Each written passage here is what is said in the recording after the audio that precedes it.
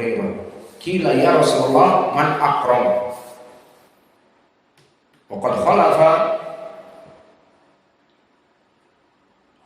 Yahya jama'ah minhum Abu Usamah wa Ibnu Numair wa Abduh wa Muqtamir wa Muhammad ibn Bishr, dan yang lainnya dari Ubaidillah, dari Sa'id, dari Abi Hurairah tanpa menyebut bapaknya.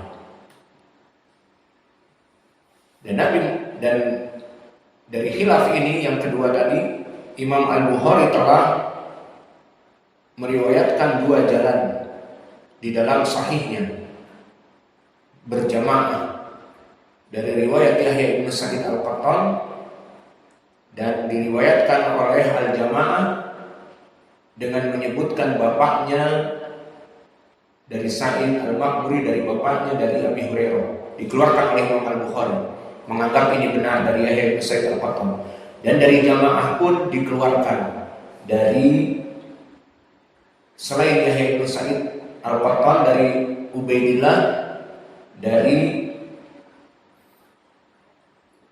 Abu Hurairah langsung, dari Sa'id Al-Maqburi, dari Abi Hurairah langsung. Maka Imam Al-Bukhari memandang kedua riwayat ini benar, sehingga dikeluarkan dua jalan ini di sahihnya. Maka di sini menjadi pendalilan bahwa permasalahan hadis yang mu'al dan hadis yang mu'alnya qadihah dan ghairu qadihah, seperti di contoh ini,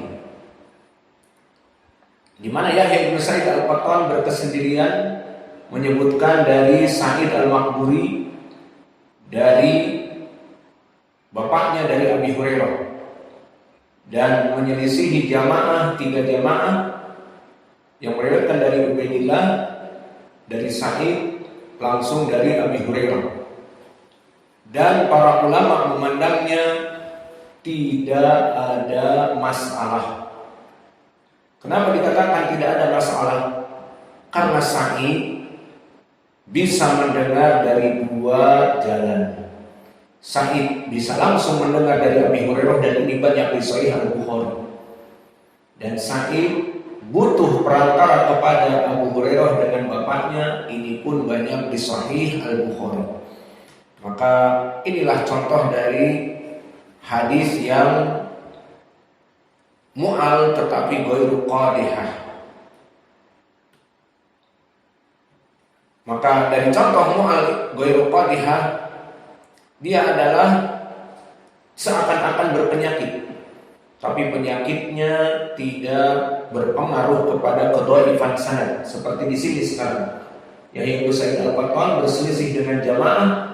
Apakah Yahya didhaifkan? Tidak.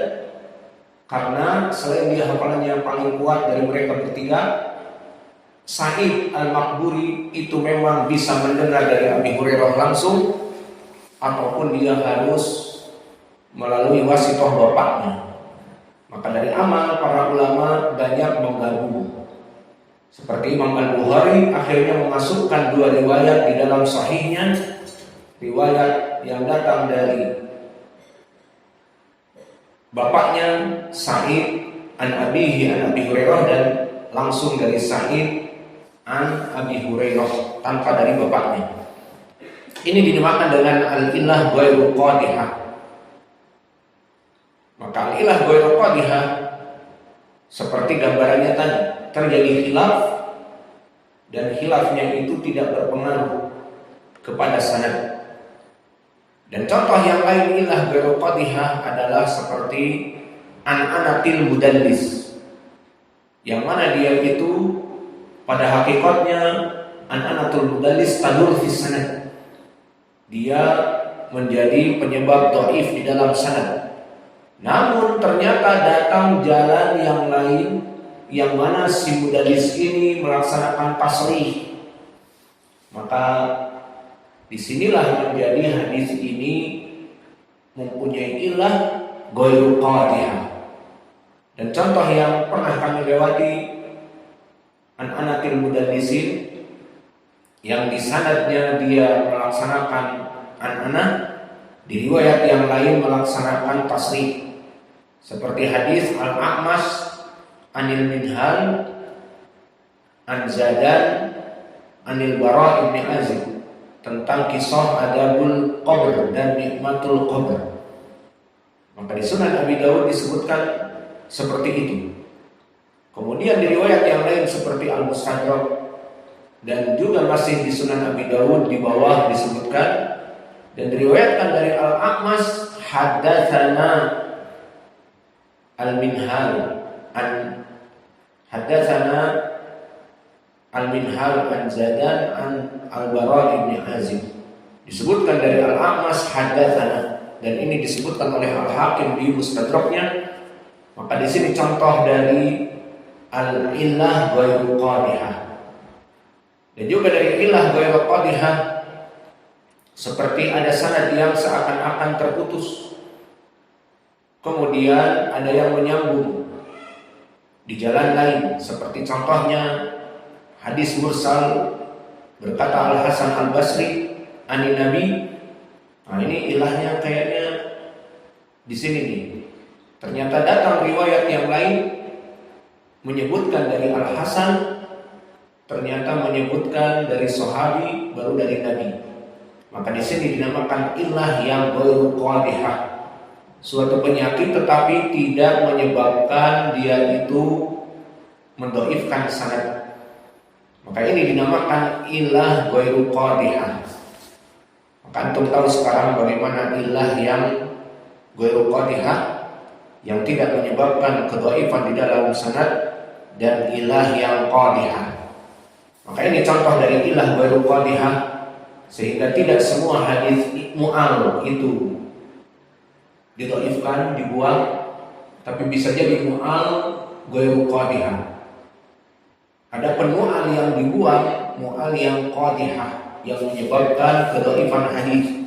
Seperti tadi kembali kepada hadis syad dari Zaidah bin Qudamah, di sini menyelisihi 12 imam, di mana Zaidah menambahkan summa yuharrikuha aw yuharrikuha yalubiha, dan Nabi menggerak-gerakannya. Maka lafaz menggerak-gerakkan di sini berpenyakit yang qadihah, yang menyebabkan kedhaifan hadis.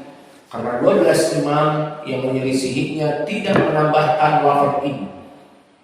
Dan hadis ini pun selain itu diriwayatkan oleh sahabat yang lain selain Wa'il bin Hujr, dan juga tidak menyebutkan tambahan summa yuharrikuha di jalan yang lain, di sanad yang lain tidak ada.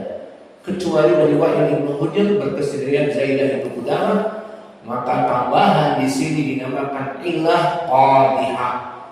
Al-ilah al-qadihah, penyakit yang menyebabkan dia itu didhaifkan di dalam sanad. Maka ini mungkin yang bisa kita berikan dari permasalahan hadis mu'al, dan insya Allah di pelajaran yang akan datang mungkin kita berikan contoh-contoh hadis yang mu'al. Dan untuk contoh-contoh di sini dibutuhkan untuk digambar seperti tadi ikhtilaf antara Yahya bin Sa'id Al-Qattan di saat meriwayatkan dari Ubaidillah. Ternyata di sana ada juga jumhur dari Ubaidillah meriwayatkan dari Sa'id langsung dari Abi Hurairah. Itu digambar. Adapun Yahya bin Sa'id Al-Qattan meriwayatkan dari Ubaidillah dari Sa'id dari bapaknya dari Abi Hurairah. Digambar. Dan di sana ada jalan yang ketiga dari Muqtamir ibnu Sulaiman dari Sa'id, dari Ubaidillah dari Sa'id langsung dari Nabi mursal. Kalau tidak digambar tidak akan difahami. Maka insya Allah di pelajaran yang akan datang kita akan berikan contoh hadis-hadis seperti khilaf ini, dan insya Allah digambar dan kita berikan contoh ini ilah yang qadihah, ini ilah yang menyebabkan kedhaifan hadis.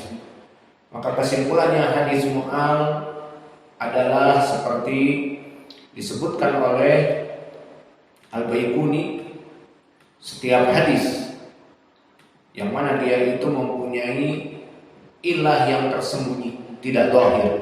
Wa ma bi illatin ghumudin aw khafa mu'allalun indahum qad u'ifa. Maka semua hadis yang dia itu mempunyai penyakit tersembunyi, maka masyhur di kalangan para ulama ahli hadis dinamakan dengan hadis mu'al. Maka tadi gambarannya disebutkan hadis mu'al bukanlah seperti munqati', bukanlah seperti yang di sanadnya ada rawi yang majhul, bukanlah di sanadnya ada rawi yang terputus tidak mendengar dari fulan kepada alan, seperti riwayat Malik an Ibnu Umar. Ini jelas bukan hadis mu'al, hadis yang dhaif, jelas. Maka hadis mu'al hadis yang dohirnya sahih, dohirnya hasan. Namun setelah dijamak turut diketahui bahwa hadis ini berpenyakit. Kemudian kami juga memberikan faedah tadi bagaimana cara mengetahui agar hadis kita ini selamat dari penyakit mu'al, jamak turut. Di saat mentahqiq hadis dikumpulkan sanad-sanadnya. Maka jika diketahui bahwa sanadnya itu tidak ada khilaf, madarul hadisnya kepada fulan dan sanadnya sahih, yang kita hukumi sahih. Namun jika ada khilaf dari tambahan matan ataupun tambahan sanad, maka ini butuh kepada pemeriksaan hadis ini ilah qadihah atau ilah ghairu qadihah. Dan faedah yang terakhir, ilah terbagi menjadi dua, qadihah dan ghairu qadihah. Ilah qadihah itulah yang diinginkan di dalam sanad ini, di dalam matan ini, di dalam mandumah ini. Ilah yang berpenyakit yang menyebabkan dibuang hadisnya. Seperti tadi hadis tahrif, syadz, maka ditinggalkan karena dari hafalan zaidah yang berkesendirian, menandakan tambahan ini tambahan yang syadz, berkesendirian. Adapun di sana ilah yang ghairu qadihah, maknanya dia berpenyakit tetapi penyakitnya tidak jelas dan samar. Seperti apa? Seperti penyakit ilah ghairu qadihah, dia mempunyai penyakit tetapi penyakitnya tidak menyebabkan dhaif. Seperti ada dua sanad. Di sanad yang pertama